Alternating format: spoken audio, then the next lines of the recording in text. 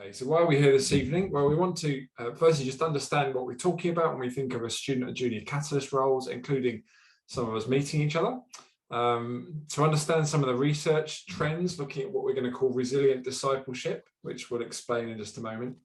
And then really overall, we want to understand how to better unite and equip Christian medical students and junior doctors in particular this evening to live and speak for Jesus, especially at a local level. What does that look like at a local level? How can we do it better? And then to pray, spend some time in prayer as well for one another and for our students and juniors. Don't we need it? We need that prayer and we need God's help, don't we, in all that we're doing.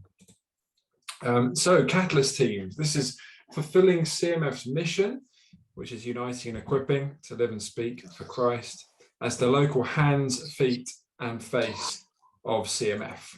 And that's what we're excited about. So that's what we're talking about this evening.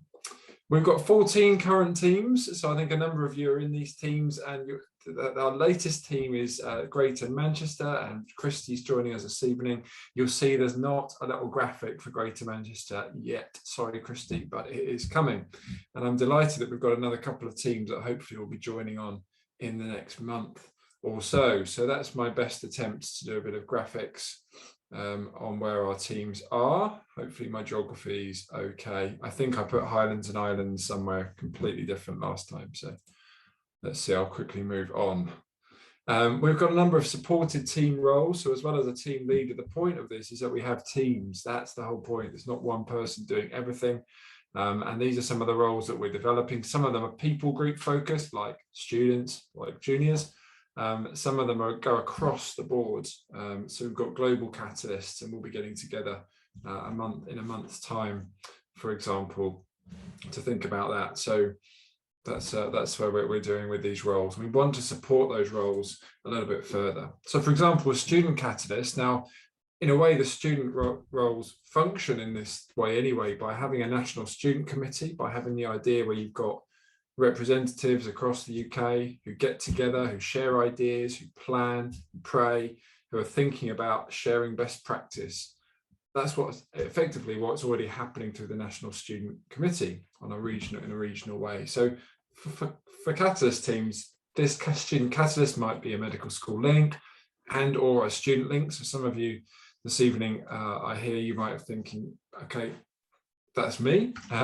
So the aim really is somebody who's coming on in an area, for example, the West Midlands, where there are, there's a few medical schools, or London, there's 5. I know that's my home turf. Is to say it's not every single rep of every medical school on, but just to say, how can we encourage and equip students across London? And by being on a team, how can we then connect in with junior doctors, with more senior doctors, thinking globally, thinking evangelism, etc. A very similar thing really with the juniors catalyst. We want to develop these local networks where juniors can meet together, pray and encourage one another.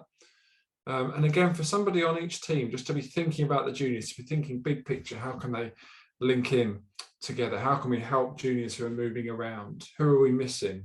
Who's not perhaps in a city where there's big churches that they're being supported and they're moving out to a rural area? So just with that kind of hat on, if you like. So roles on teams are not for everybody, but they are about the big picture, enabling whole region, connected to other teams. It's about catalyzing things happening, linking, sharing ideas and resources. That's the flavor of what it means to be on a team. I call it a bit of a heads up role. Okay, so we want people doing the heads down stuff, groups, meeting together. This is just saying, okay, what's going on? How can we do this differently? How can we engage other people? How can we connect even better? So I hope that makes a bit of sense. This is just something we wanted to share, this research I was mentioning, and we wanted to share some of the results of this. So Faith for Exiles, I don't know if you want to put up a virtual hand if you've read any of this or read any of the report, because I found this absolutely brilliant. This is Barna from the States, so this is all American research, and we do want to think about that. We've got a hand from Esther, excellent, and we want to think about how this relates to us in the UK. More of that in just a moment. So effectively what they did is they did some research on 100,000 young people and young adults, 18 to 29 year olds, And they were asking, why are people leaving the church? And they published this report about 4 years ago. You may have heard it. What is it that's leading all these young people to leave the church? A bit depressing. They then decided to flip the research on its head and say, well, hang on a minute, let's focus on those who have stayed. Let's focus on those who are engaged and who remain engaged in Christian faith. What is it about them that is so different? And these are this is the premise of their work is, and I find this fascinating, theologically is around the theme of exile. Basically saying we live in a digital Babylon. We've got to realize that we're not in a Christian society anymore. I think we know that. We are now in Babylon. Faith is at the margins. Faith is pluralistic. It's a frenetic environment. That's where we are. And as Christians, we so often feel out of place. We feel that tension. We feel that actually this isn't our home. And they looked at these different kinds of exiles. I mentioned the first three were the groups who are leaving church. They're either prodigals, nomads, or habitual churchgoers. And the one group they wanted to focus on in this research was this 10% of resilient disciples. And they identify this small group who remain faithful, who stay true to the faith, and who actually go on and become leaders of the present and the future. So that's your resilient disciples, those 10%. And they defined resilient disciples. They used these 4 categories. And together as a combination of these 4 things, they said that defines somebody who we would say is a resilient disciple. And I won't read them all out there. They're there on the screen. So those are the four categories. We then want to apply this research to CMF, and Isaiah and I you may have taken part in this and responded to our surveys. And this is where I'm going to bring in Isaiah to explain how we have tried to do this research in a UK CMF setting and explain some of the results. Over to you, Isaiah. Hey everyone, yeah, so I guess our goal of the research was to see if we replicated the Barna study within a UK setting, but specifically into healthcare students. So that was junior doctors, medical students, nurses, nursing students. And yeah, we ended up getting 200 responses. And then out of the 200 responses, 179 fit the profile for resilient discipleship, and then 16 did not. So then I'll just talk about some of the research and how they differed. So yeah, the practices that distinguished resilient discipleship was a part of the Barna profile that John mentioned earlier. And then we fit into these, made questions based on these categories, which are shown on the screen. You can see, yeah. So the first one was experiencing Jesus. So this was, so experiencing Jesus was mainly, clearing religious clutter for closeness with joy in Christ. And a lot of these questions were based on the Barna definition of resilient discipleship. So then, if we look at the questions that we asked, some of the main questions that define a resilient discipleship, you can see like, I have a personal relationship with Jesus. There's a much higher response rate for the resilient disciples compared to the non-resilient disciples. And then that would be the same in the next 2, which is like, my relationship with Jesus gives me fulfillment. I believe God hears and answers my prayers. So that really reflects the relationship and closeness that the resilient disciples have with Jesus compared to the non-resilient disciples. Next slide. So our next category was cultural discernment. So mainly focusing on how we as Christians can respond to the culture living in the digital Babylon. So yeah, and again, you can see that there's much higher response rate in resilient discipleship compared to the non-resilient disciples. So living their lives based on biblical principles, you can see that they are much lower, as well as trusting in the authority of the Bible, as well as reading the Bible, making them feel closer to God. There was much lower response agreement in the non-resilient disciples compared to the resilient disciple group. So then next was meaningful relationships. So that was mainly focusing on relationships with other believers, relationships within the church as well. Yeah, next slide. So this actually was a pretty big, I guess, significant portion of our research. So we saw that there was not much difference in people having other people who help them grow spiritually.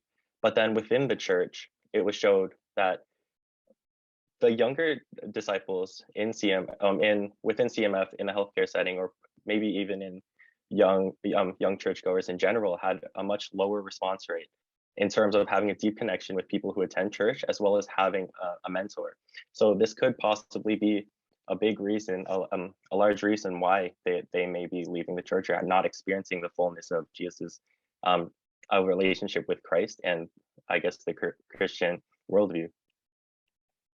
And just for those who are visiting who are joining us, we're just looking at these 5 characteristics that seem to characterize this group of resilient disciples. They found this through the Barna research, and we just asked the question, are we finding the same with our research? And as Isaiah, you're saying, I mean, we're showing that actually the vast majority of people who answered the survey, in many ways a bit self-selecting, are demonstrating those principles, that actually that they are trusting Christ, that they're engaged in all of these things. And I think what we're saying is this is the first real stark result that you get, where you see actually the overall number 68% who have a deep connection with people who attend our church. But actually that team, and this is backed up by so much research, that actually those mentoring type intergenerational relationships are absolutely key for those who keep the faith in later life. Is that fair to say, Isaiah? Have I got that right?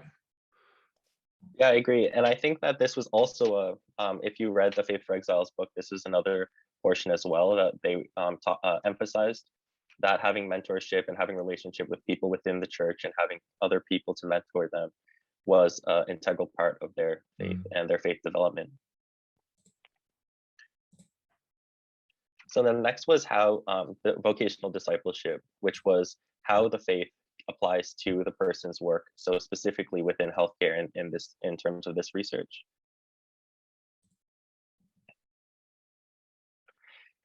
So then looking at, this was also another portion where we saw kind of a similar thing. So like if you look at the mentorship, Christian mentorship within the like the medical studies / the medical practice, as well as having a Christian community within their workplace, there was a significantly lower, the resilient disciples also had a lower agreement rate, but then there was also much lower within the non-resilient disciples. And then there was also lower applying the biblical principles and why having a purpose in Christ applies to the medical / nursing studies and practice. And then our final category was countercultural, so how we respond to culture. Yeah, so next slide. Oh, okay. Yeah, so this one was, so then this was how we respond to speaking with, I guess, non-Christians and people outside our worldview. So then we're seeing also that there's a higher response rate on people having the need and purpose to tell people, others about Christianity, about Jesus. Yeah, so that was.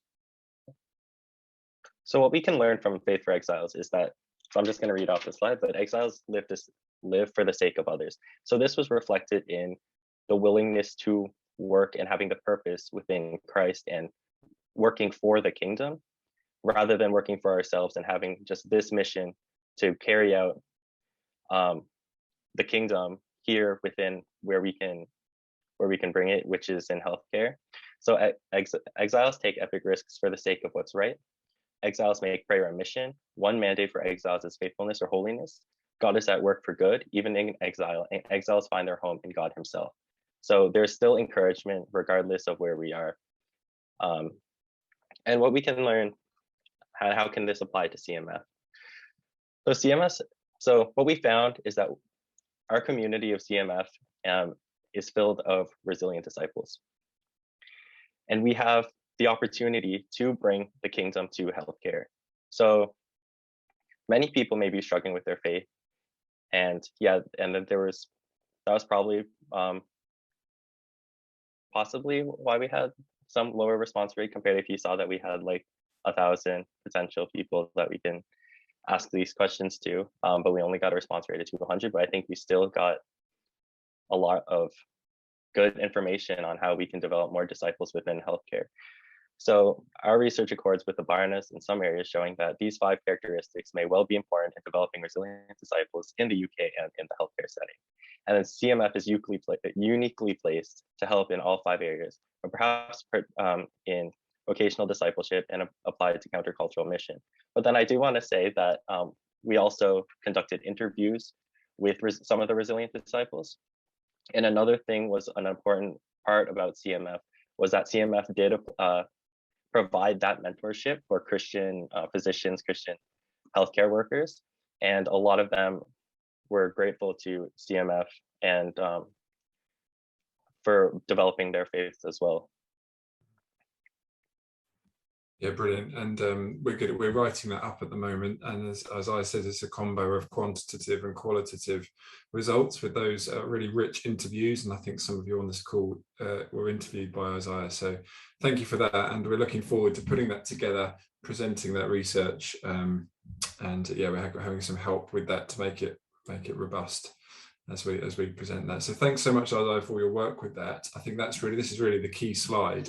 That actually we have such a great opportunity as a number of people, as we've said, are in that place, but by God's grace have come through and have attached themselves to CMF and want to be used by Christ in exile. So that's where we're at.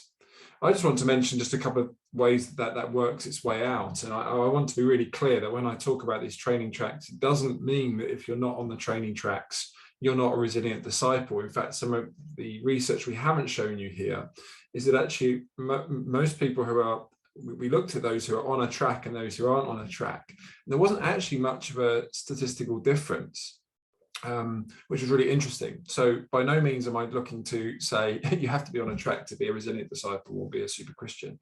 But actually what's really interesting is as we've been doing these different training tracks over the last few years, and it's these 5 on the screen, they've had these elements in them. And we've been convinced, I think, from the start that actually going small to go big is the way to go. Now, whether that's training tracks or a small group, I just think that is the way to go. Jesus did it. He met with his 3 and his 12, and then ultimately did have a group of 70. But actually, he would work down in small groups. And over the last few years, we've had these training tracks where we've deliberately taken small groups of people, learning communities of students and juniors who actually are discipled in small groups. We focus on growing in Christ. We talk about vocational discipleship. This is all about applying our faith to work. We're thinking about countercultural mission. How can we engage counterculturally in our society as exiles? What do meaningful relationships look like? Having these mentoring relationships, bringing in people onto tracks who are at different ages and stages so that we can grow in that way, and then be firmly based on the Bible. And so these are our tracks that we've got going at the moment. Evangelism Apologetics in its 2nd year, global track going into its 4th iteration in the next year, deeper running for the 6th year, and so on.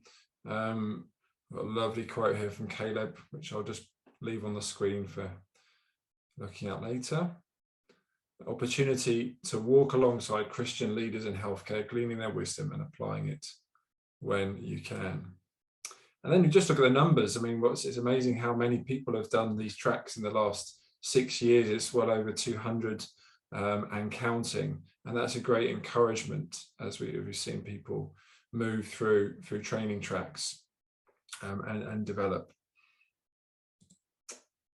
We've also got our associate scheme, which is bringing associate staff workers like Rachel, who works with nurses. We've had a number of working with medical students. We would love to see some more associate staff workers working with students, but associates give half to 1 day a week.